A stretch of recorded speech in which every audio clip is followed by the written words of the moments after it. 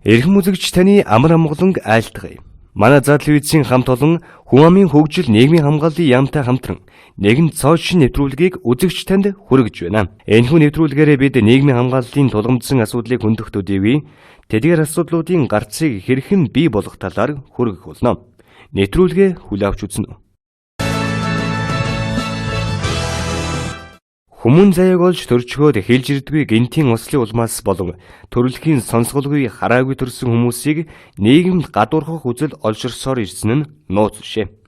Хараагүй сонсолгүй хэдий ч тэдэнд хий бүтээгдсэн хүсэл тэмүүлэл хязгааргүй билээ. Энэ удаагийн нэвтрүүлгээр бид юуны талаар өгүүлэх гэж байгааг үзэгчтэй ойлгосон бизээ. Манай улсад албан бусдоогоор 130 гаруй мянган хөгжлийн бэрхшээлт иргэн байдаг гэсэн судалгаач бий. Тэдний 15% нь бүрэн асаргаанд байдаг бол бусад нь нийгмийн харилцаанд орох боломжтой юм. Нийгмийн харилцаанд оролцож байгаа хөгжлийн бэрхшээлт иргэдийн автобусанд суух, замаар гарах, дэлгүүрт орох, эмнэлэгт үзүүлэх, сурч боловсрох, ажиллаж хөдөлмөрлөх боломжийг нь манай улсын дэд бүтэц боомлсоор иржээ. Гэсэн ч хөгжлийн бэрхшээлт иргэд гараа хумхаад зүгээр суугаагүй. Хийж үтэх хэрмэлцлэр дүүрэн тэд нөхөрлөл хоршоо байгуулж жижиг дунд үйлдвэрлэл эрхэлж байна. Өнөөдөр хөгжлийн бэрхшээлтэй иргэдийн энэ арга хэмжээнд одоо эрхэм чанар бортисны үйлдвэрийн захирлыг хийдэг. Тэгээ эрхэм чанар бортисныхаа үйлдвэрлэж байгаа бүтээгдэхүүнээр оролцож байгаа. Тийм. Энэ үйлдвэр маань хөгжлийн бэрхшээлтэй иргэн хөл гаргүй ийм хүмүүсд одоо бас ингээд бортисныхаа бүх үйлчлэгийг явуулж байна да. Тийм. Бизнес эрхлэхэд хүндрэлтэй ямар асуудал байна? Тэр зөндөө штэ. Тий. Ер нь хамгийн анх бол бизнес хийнэ гэж хүн болгонд бизнес хийхэд бодож байгаа, мөрөөдөж байгаа. Тэрний нь бол төр засгаас бас ингээд анхааралтай муу байдаг байхгүй юу? Тий. Тэгэл одоо зарим нь бол замын дундаасаа буцна, зарим нь бол зоригтой явах юм бол амжилтанд хүрнэ. Одоо бол ямар ч байсан төр засгаас бүх талаар нь дэмжлэг тусалцаа үзүүлнэ гэж байгаа нь бол өнөөдрийн хувьд бол маш сайхан арга хэмжээ болж байна. Цаашдаа ч гэсэн юм хийж байгаа хүнийг төр засгаас бас санхүүгийн талаас нь сайн дэмжижээ л гэж хэлмээр байна. Тэг гэрээрэн бол ерөнхийдөө эсхий таавч бүрээ тогтлол сүүлийн жил гарan одоо ингэж хийж эхэлж байгаа.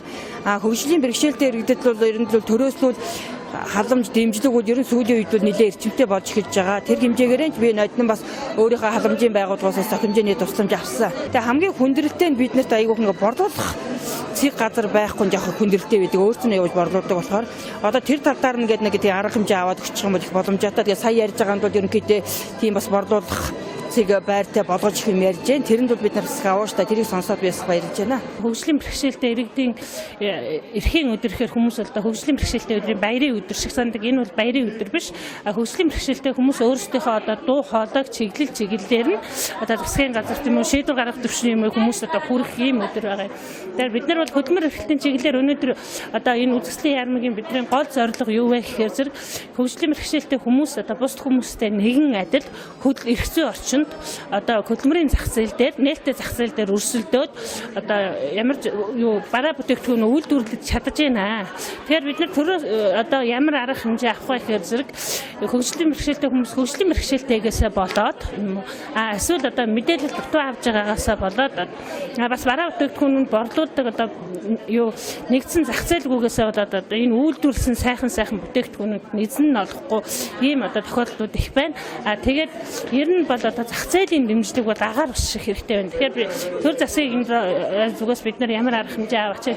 Хөгжлийн бэрхшээлтэй хүмүүсийн зарим нэгэн зах зээлийг одоо хамгаалалтанд авах, нэгдсэн зах зээл дээр бараа бүтээгдэхүүнийг гаргах одоо ийм арга хэмжээнүүдийг аваач. Хүмүүс бид нар бол ямар ч байсан юмаа үйлдвэрлээд байж одоо чаддаг болчлоо. Гэхдээ хөгжлийн бэрхшээлтэй хүмүүсийн одоо энэ хөдөлмөр эрхлэлт бол нэг үе одоо 4-5 жилийн өмнө бол одоо бүтээл гэдэг одоо гар урлал гэж одоо нэрлэгддэг байсан. Одоо бол гар урлалын төвшөнд биш үйлдвэрлэлийн төвшөнд хүрчээд байгаа юм.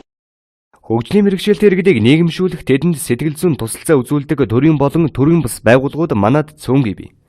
Сэргээн засварлах хөгжлийн үндэсний төв, бизнес инкубатор төв зэрэг хөгжлийн бэрхшээлтэй иргэдийн төрийн бас байгууллага 99 ширхэг байна. Үүнээс сонсголын бэрхшээлтэй иргэдийн 15, хараагүй иргэдийн 5, тэрэгцэртэй иргэдийн 5, сэтгцийн эмэгтэй хүмүүсийн 6 байгууллага байгаа бол хүүхдийн байгууллага 17, бусад чиглэлийн байгууллага үйл ажиллагаагаа явуулсаар иржээ. Эдгээр газрууд хөгжлийн бэрхшээлтэй иргэдийн үйл ажиллагааг тогтмол дэмжиж ирсэн. Эдгээр байгууллагууд нийгэм хамт олонд тулгуурласан сэргээн заслтыг бий болгох, хөгжлийн бэрхшээлтэй хүмүүсийг хамт олонныхоо дунд эргэтгэж шамдэрч, эрүүл мэндийн үйлчилгээг эдэлж, боловсрол, нийгэм, соёл, шашин, эдийн засгийн болон улс төрийн үйл ажиллагаанд бүрэн оролцох эрхийг дэмжиж өгдөг байна. 2000 он нэгдсэн үндэсний байгууллагын гишүүн орнууд мянганы тунхлыг дэмжиж хэрэгжүүлэхэд удирдан чиглүүлэх 8 зорилтыг боловсруулжээ. Эдгээрээс 3 зорилт нь хөгжлийн бэрхшээлтэй хүмүүс болон тэдний гэр бүлийн гишүүдэд онцгойлон анхаарчээ. Үүнд туйлын ядуурл үлсгэлэнг бууруулах, бүх нийтээрээ бага боловсрол эзэмших, хүйсийн эргэтгэж байдлыг сайжруулах гэж тунхагласан байна. Гэтэл манай улсад өнөөдрийн байдлаар дэрэх тунхаглал бүрэн хэрэгжиж чадахгүй байгааг хөгжлийн бэрхшээлтэй иргэдийн төлөөлөл хэлж байна. Дэд үтцийн асуудал шийдэгдсэн. Дэд үтцэн 100% шийдэгдэв. Хотын төв хэсэгтлээ. Хотоос загдуу байгаад та. Гэхдээ сүүлийн тавьж байгаа авцаамууд тавьж байгаа мөртлөө тэр нь бас чанарын шаардлага хангахгүй тийм замууд тавьж байгаа. Хөгжлийн бэрхшээлтэй хүмүүсийн маань ажлын байрыг сайн нэмэгдүүлээд дэд үтц талдаа анхаарал төвчл бас тулгуурлах асуудал бидний хувьд гайгүй гэж бодож байна. Нүүбийн конвенцэд одоо нэгдэж орсноос хойш 3 жил болж байна. Тэгэхээр одоо иргэний одоо олон нийтийн энэ барилгад бол энэ стандартыг одоо эхнээс нь л одоо барилгынхаа зураг төлөвлөлтөнд хийгээд эхнээс нь хийгээд ингээ яваад байх юм бол одоо нөгөө шат хийснээс бол илүү юу яадаг гэж камд өртгөр босдог. Тэгэхээр зэрэг одоо манай хүмүүс л юу гэж нөхөр хөгжлийн бэрхшээлтэй хүмүүс зориулсан энэ зам талбайн стандартыг бол ерөөсөө хөгжлийн бэрхшээлтэй хүмүүс л зориулсан илүү зардал гаргах гэж байна гэж бодоод байгаа байхгүй. Энд чинь тийм биш. Универсал дизайн байгаа. Тэгээ яг хөө зэрэг хөгжлийн бэрхшээлтэй хүн зориулсан тэр одоо зам талбайгаар жирэмсэн хүн явна, хүүхдээ төрсөн хүн явна, өндөр настай хүн явна. Тэгээ хөгжлийн бэрхшээлтэй хүмүүс явна. Тэгэхээр ер нь нийгмийн бүхэл давхарга явна гэсэн үг шүү дээ. Тэгснээр зэрэг хөгжлийн бэрхшээлтэй хүмүүсийг одоо зориулсан энэ зам талбайг бол одоо стандартын болж үгүй юу гэдгийг шалгах нэг энгийн арга байт юм байна. Хөгжлийн бэрхшээлтэй хүмүүс тэдний асран хамгаалагчид тэдэнтэй ажилдаг албан хаагчдын дунд 2010 онд хөгжлийн бэрхшээлтэй хүний эрх зүйн орчин боловсронгуй болгох нь төслийн хүрээнд явуулсан социологийн судалгаанд оролцогчид нь хөгжлийн бэрхшээлтэй хүмүүс нийгмийн амьдралд оролцоход дараах хүндрэлүүд гардаг гэж үзжээ. Хөгжлийн бэрхшээлтэй иргэд тэдний асран хамгаалагчид 78.2% нь өөрөөс шалтгаалдаг гэж хариулсан бол нийгмээс шалтгаалах холбогдох хууль болон амьдрах орчин зэрэг нь бусад хувийг эзэлсэн байна. Харин хөгжлийн бэрхшээлтэй иргэдийн дунд социологийн судалгаа явуулахад судалгаанд оролцогчдын 70% нь төр болон төрийн үйлчилгээний байгууллагын дэмжлэгтэй л нийгмийн амьдралд идэвхтэй оролцож чадна гэж хариулжээ. Энэ нь хөгжлийн бэрхшээлтэй иргэдийн эрхийг хангахад төр чухал үүрэгтэйг харуулж байна. Хөгжлийн бэрхшээлтэй иргэдийн эрхийг хамгаалах өдрийг жил бүрийн 12 дугаар сарын 3-нд тэмдэглэн өнгөрүүлдэг. Энэхүү өдрөөр эдгээр иргэдийн эрх ашигын төлөө төр засаг дуугардаг байна. Харин бусад үед хөгжлийн бэрхшээлтэй иргэдийн эрхийг сонсох, тэдний үйл ажиллагааг дэмжих ажил хойрог байсан гэхэд хэлсдэггүй зэ. Тэгвэл хүн амын хөгжил нийгмийн хамгааллын яамнаас яамны дэргэд хөгжлийн бэрхшээлтэй иргэдийн зөвлөл байгуулсан нь хөгжлийн бэрхшээлтэй иргэдийн эрхийг ямагт хамгаалж явах үндэс тавигдж байна. Нийгмээс заавал хамгаалах учиртай хөгжлийн бэрхшээлтэй иргэдэд үзүүлэх халамж болон нийгмийн амьдралд оролцох тэрл боломжийг хүн амын хөгжил нийгмийн хамгааллын яамнаас анхаарч эхэллээ. За өнөөдөр хүрэлцэн ирсэн та бүхэндээ өнөөдрийн мэндийг төшөөлье. За өнөөдөр хөгжлийн бэрхшээлтэй иргэдийн эрхийг хамгаалах олон улсын өдөр энэ хамтдаа өгсөн сэдвүүт нээлттэй хэлцүүлгийг одоо хамтдаа бүгдээрээ зохион байгуулж байгаа. За өнөөдрийн нээлттэй уулзалт ярилцлагад хүрэлцэн одоо та бүхэндээ дахин талархснаа илэрхийлье. За Монгол Улсын нийт хүн амын 86,865 буюу 3.9%-ийг хөгжлийн бэрхшээлтэй иргэд өнөөдөр эзэлж байгаа билээ. За хөгжлийн бэрхшээлтэй иргэдийн хөгжил нийгмийн хамгааллыг сайжруулах, сурч боловсрох, хөгжих эрхийг хангах талаар олон хууль тогтоомж бодлого хөтөлбөрүүд байдаг хэдий ч харамсалтай тунхлын шин чанартай хэд ерөнхий хариуцлагын асуудал орхигдсон хэрэгжилт муутай явж ирсэн байна. Энэ хөгжлийн бэрхшээлтэй иргэдийн асуудал хариуцсан нэгдсэн бүтэц тогтолцоо байгаагүй. Хууль тогтоомжийн хэрэгжилт тавих хяналт бага, хөрөнгө санхүүжилт муу, төрийн бус байгууллага, аж ахуйн нэгж байгууллага иргэдийн хүчин чармаалт хамтын ажиллагаа хангалттай биш. Үйл ажиллагаагаа нэгдэн үйлдвэрлэж чадаагүй зэрэг олон хүчин зүйлээс хамаарч байна. За хөгжлийн бэрхшээлтэй иргэд нийгмийн харилцаанд оролцоход тулгардаг гол бэрхшээл нь орчны дэд үтсийн асуудал байдаг. Өнөөдөр бид хөгжлийн бэрхшээлтэй иргэдэд нийгмийн харилцаанд адилтгаж оролцох нөхцөл боломжийг бүрдүүлэх, сайжруулах, тэдэнд тулгарч байгаа саад бэрхшээлийг багасгах, арилгах, дуу хоолой хүчин чармайлтаа нэгтгэх зэрэг асуудлуудаа ярилцаж, хамтдаа хөгжицгөө гэсэн зорилгоор энэхүү нээлттэй ярилцлагыг зохион байгуулж байна. Хөгжлийн бэрхшээлтэй иргэдийн эрх хамгааллыг дээшлүүлэх, нийгмийн харилцаанд оролцох боломж нөхцөлийг сайжруулах чиглэлээр хийх ажлууд олон байна. Монгол Улсын шинжлэлийн засгийн газар хүн ам бүлгүүдийн асуудлыг хариуцсан бүтцийг бий болгож, хүн амын хөгжил нийгмийн хамгааллын яамд хөгжлийн бэрхшээлтэй иргэдийн асуудал хариуцсан хэлтсийг шинээр байгууллаа. Мөн хөгжлийн бэрхшээлтэй хоёр иргэнийг анх удаа хөгжлийн бэрхшээлтэй иргэдийн хөгжлийн асуудлыг хариуцсан ажиллаж эхлээд байгаа лээ. Улсын их хурлаас Монгол Улсын төрөөс хүн амын талаар баримтлах бодлогыг 2004 онд баталсан. Энэхүү бодлого нь 2015 он хүртэл үргэлжлэхээр товлсон ч хүн амын өнөөгийн чиг хандлага, Монгол Улсын нийгэм эдийн засгийн өөрчлөлт, шинжилэлт, хүн амын насны бүтцэд гарч буй өөрчлөлт буюу хөдөлмөрийн насны хүн ам нөхөн 40 насны эмэгтэйчүүдийн тоо хамгийн их байх үе болох хүн ам зүйн цонх үе нэгдэж байгаа зэрэг олон асуудал шинээр урган гарч байна. Хүн ам зүйн цонх үе ойролцоогоор 20-30 жил үргэлжилж, энэ үеийг зөв бодлогоор үр дүнтэй ашиглаж чадвал хүн амаа хөгжүүлэх, нийгмийн эдийн засгийн хөгжлийг өргөсгөхт улмаар гарч улс ширслээс урьдчилан сэргийлэх боломжтой байдаг байна. Солонгос, Сингапур зэрэг олон улс орнууд энэхүү цонхны үеийг ашиглаж өнөөгийн хөгжлийн түвшинд хүрсэн жишээ байна. Иймээс хүн амын талаарх бодлогын хэрэгжилтэд иж бүрэн үнэлгээ дүгнэлт хийж шинжлэх зайлшгүй шаардлага гарч байгаамаа. Ажлын хэсэг байгуулан судлаач эрдэмтэн багш нарыг оролцуулж хамтран Монгол Улсын төрөөс хүн амын хөгжлийн талаар баримтлах цогцоодлого босруулахаар ажиллаж эхлээд байна. Хөгжлийн бэрхшээлтэй иргэдийн асуудлыг энэхүү цогцоодлоод хүүхэд залуучууд, эмэгтэйчүүд, ахмад зэрэг хүн амын бусад үлэгтэй уялдаа холбоотой нэгдсэн байдлаар тусгахаар бид төлөвлөд байгаа билээ. Өмнө хүн амын хөгжил гэхээсээ илүүтэй нийгмийн эдийн засгийн хөгжлийн асуудлаа ярьдаг, анхаардаг, нийгмийн эдийн засгийн хөгжүүлэх гол зорилго хүн ардаа сайхан амьдруулах хүний хөгжлийн асуудал байдаг гэдгийг орхитуулж ирснийг бид өөрчлөхөөр зорж байгаамаа. Манай улс Аз номхон долоон бүс нутгийн орнууд хөгжлийн бэрхшээлтэй иргэдийн эрхийг бодитоогоор хэрэгжүүлэх зорилгоор Инчон стратегийг хүлээн авч бүс нутгийн хэмжээнд ханган хэрэгжүүлэх, харилцан туршлага мэдлэгээ хуваалцаж хамтран ажиллахаар саяхан хуралдаанд оролцож шийдвэрт гараас зорж ирсэн билээ. Энэ талаарх мэдээллийг та бүхэнд дэлгэрэнгүй хүргэх болно. Хөгжлийн бэрхшээлтэй хүмүүсийн эрхийн тухай Нүүбийн конвенц холбогдох хууль журам, бодлого хөтөлбөрүүдийн хэрэгжилтийг хангах, салбар хоорондын уялдаа холбоо зохицуултыг сайжруулах зорилгоор хөгжлийн бэрхшээлтэй иргэдийн асуудлаарх бодлогын зөвлөлийг төрийн бус олон улсын байгууллагын төлөөлөлтөөр анх удаа байгуулж ажиллаж байна. Хөгжлийн бэрхшээлтэй иргэдэд үзүүлэх нийгмийн үйлчлэгийг сайжруулах чиглэлээр нэн тэргуунд авч хэрэгжүүлэх арга хэмжээнүүдийг тодорхойлж, засгийн газрын 2012 оны 11-р сарын 136 дугаар тогтоолоор байнгын асаргаа шаардлагатай иргэд улиралд нэг удаа 30 мянган төгрөг авдаг байсан бол эх оноос 60 мянган төгрөг хүртэл тэтгэмж авах, 16 хүртэл байнгын асаргаа шаардлагатай хүүхэд улирал бүр 30 мянган төгрөг авдаг байсныг сар бүр 60 мянган төгрөг, хараагүй иргэний холбооны зардал сард нэг удаа 10 мянган төгрөг болгодог байсныг 20 мянган төгрөг. За хөгжлийн бэрхшээлтэй хүүхдийн унааны зардалд жилд нэг удаа 90 мянган төгрөг болгодог байсныг 200 мянган төгрөг болгон тус нэмэгд өссөн. За мөн саяхан уралдсан засгийн газрын уралдаанаар протез, ортопедийн болон тусгай хэрэгслийн жишгүүнийг тогтоох тухай тогтоолыг шинжилэн батлууллаа. Шинжилэн тогтоож байгаа жишгүүний өөрчлөлтөөр нийт 37.3 мянган хамрагдаж нэмж 2.7 тэрбум төгрөг нийт 9.1 тэрбум төгрөгийг энэхүү зардал зарцуулахаар төсөөллөө. Түүнчлэн бид сонслын бэрхшээлтэй иргэдэд яаралтай тусламжийн дуудлагын үйлчлэгийг хүртээмжтэй болох зорилгоор 101, 102, 103, 105 утсанд мессежээр хандах дуудлага үйлчлэгийг шинээр нэвтрүүлэхээр холбогдох байгууллагуудтай хамтран ажлын хэсэг байгуулан ажиллаж эхлээд байгаамаа.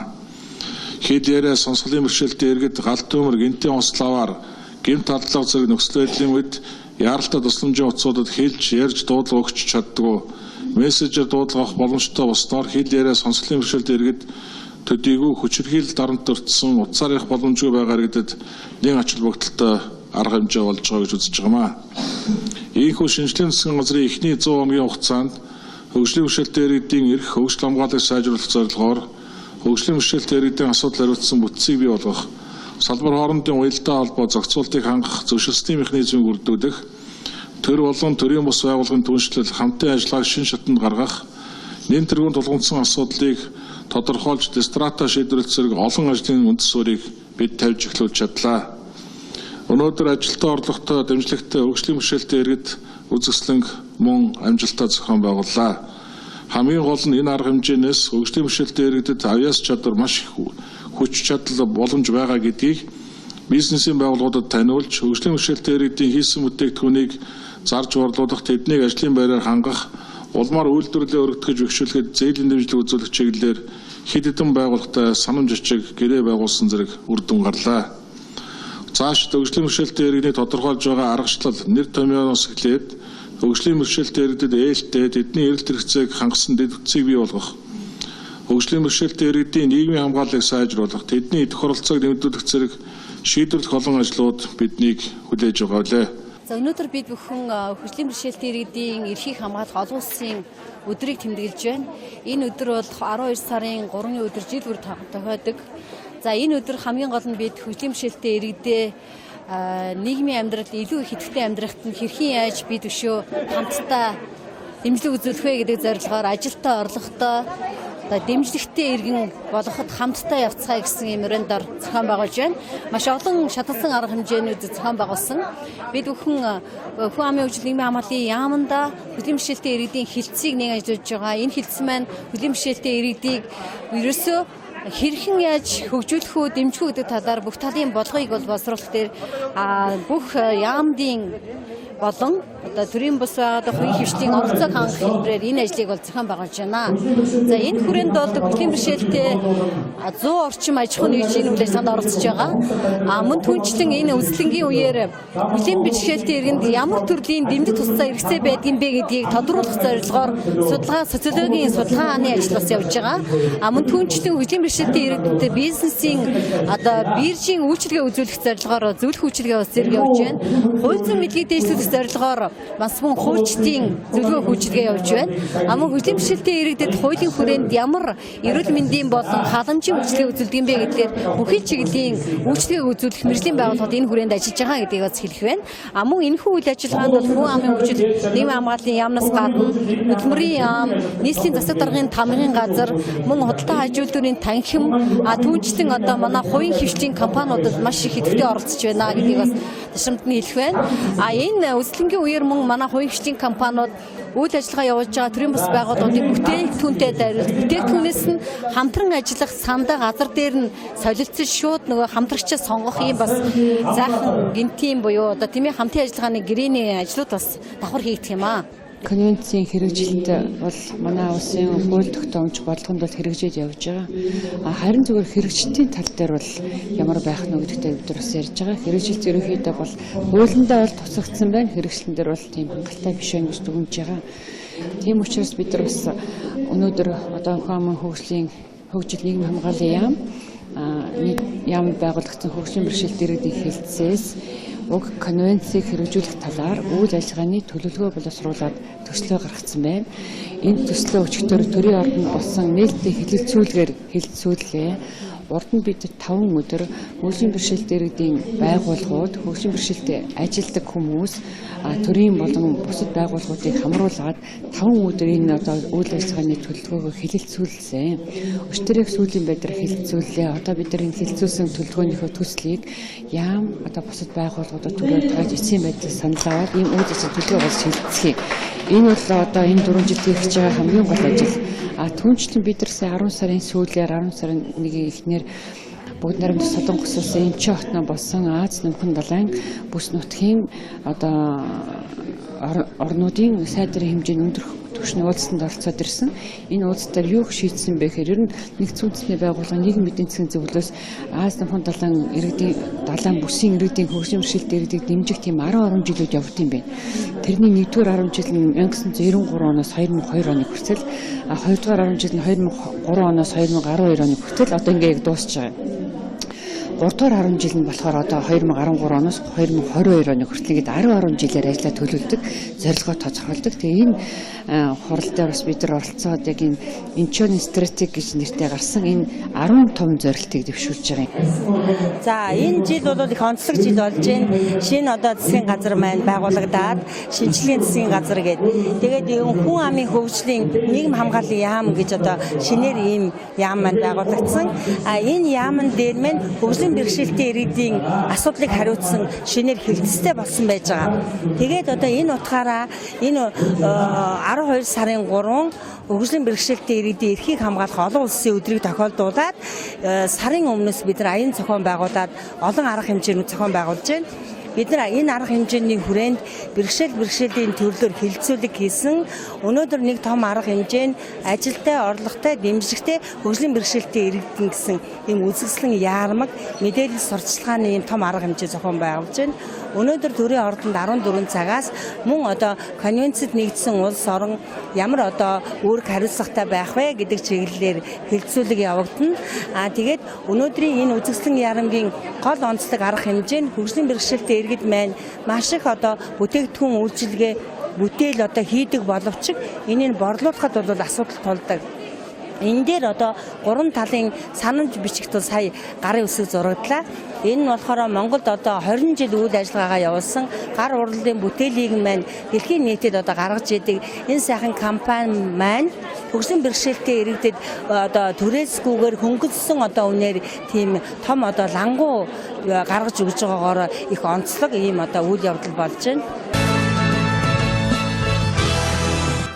Нийт хөгжлийн бэрхшээлтэй иргэдийн зовгын төрлийг авч үзвэл харааны бэрхшээлтэй иргэд 1773%, хэл ярианы болон сонсголын бэрхшээлтэй 2029%, тулгуур эрхтний бэрхшээлтэй 25%-ийг эзэлдэг бол одоо 39, оюуны хөмслийн иргэдийн асар хамгаалагч 16.2%, бусад төрлийн согтой иргэд 2039%-ийг тус эзэлж байна. Энэхүү судалгаанаас үзэхэд эдгээр иргэдийн дийлэнх хувь нь нийгмийн амьдралд оролцох боломжтой харагдаж байна.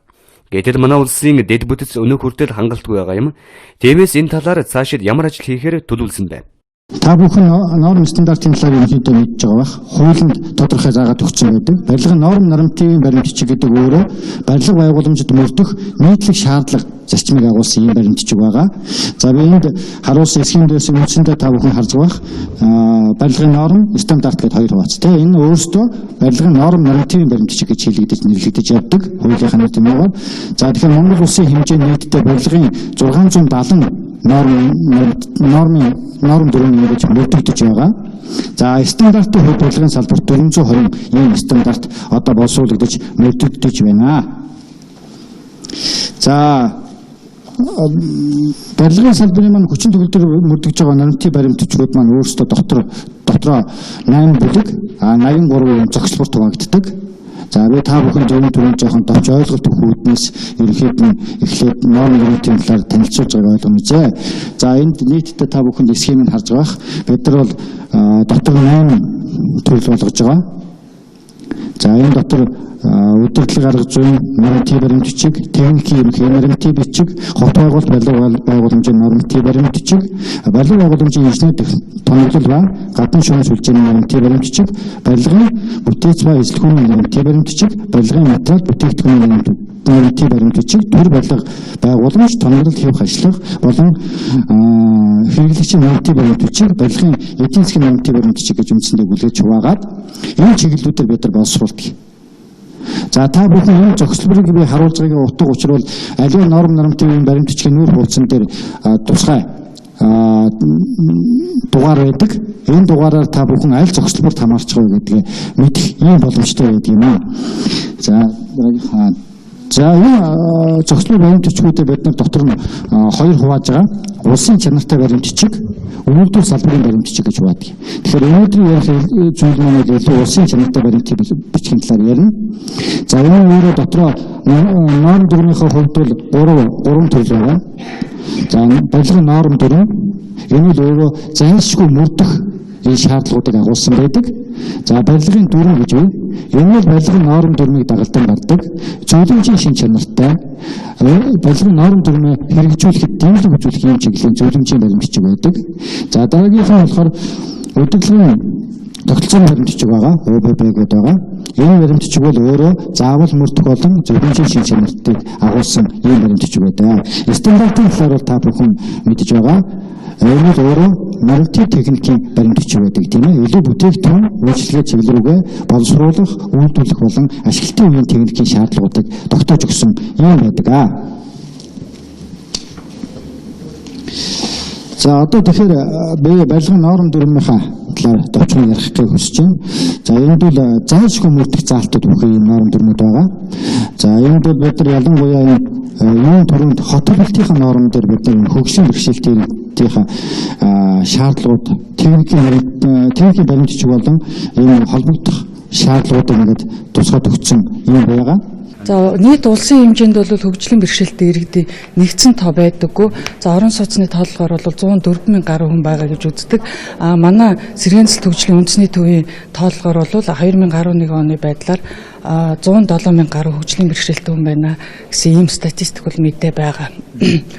За өнөөдрийн байдлаар бол ер нь Монгол улсын хэмжээнд хөгжлийн бэрхшээлтэй хүний эрхийг бодитоогоор хэрэгжүүлэх арга хэмжээ арай дутагдaltaй байгаа мó гэсэн ийм дүгнэлтэнд төрсөн хилцүүлэг явуулсан. За яг энэ эрхийг бодитоогоор хэрэгжүүлэхэд бидэнд ямар асуудал тулгамдаад байна? Магадгүй энэ нүүбийн хүний эрхийн конвенцэд бид нэгдэн орсон ирнэ энийг хэрэгжүүлэх үйл ажиллагаа маань дутуу байгаа мó? Хөгжлийн бэрхшээлтэй иргэдийн асуудлыг хүндсэн эрх зүйн баримт байх ёстой юм болов нэгдсэн эрх зүйн баримт байх ёстой юм уу гэдэг үүднээс хилцүүлэг явуулахад бол энэ нүүбийн конвенцийг хэрэгжүүлэх үйл ажиллагааны төлөвлөгөө шаардлагатай байна гэсэн ийм болов судалгааны дүн гарсан байгаа. Хоёр дэлгүүр байлаа гэж боддог. Тэгэхээр хүн амын одоо ингээд 4 орчим хувийг хэлж байгаа 130 гаруй мянган хүн байж байгаа.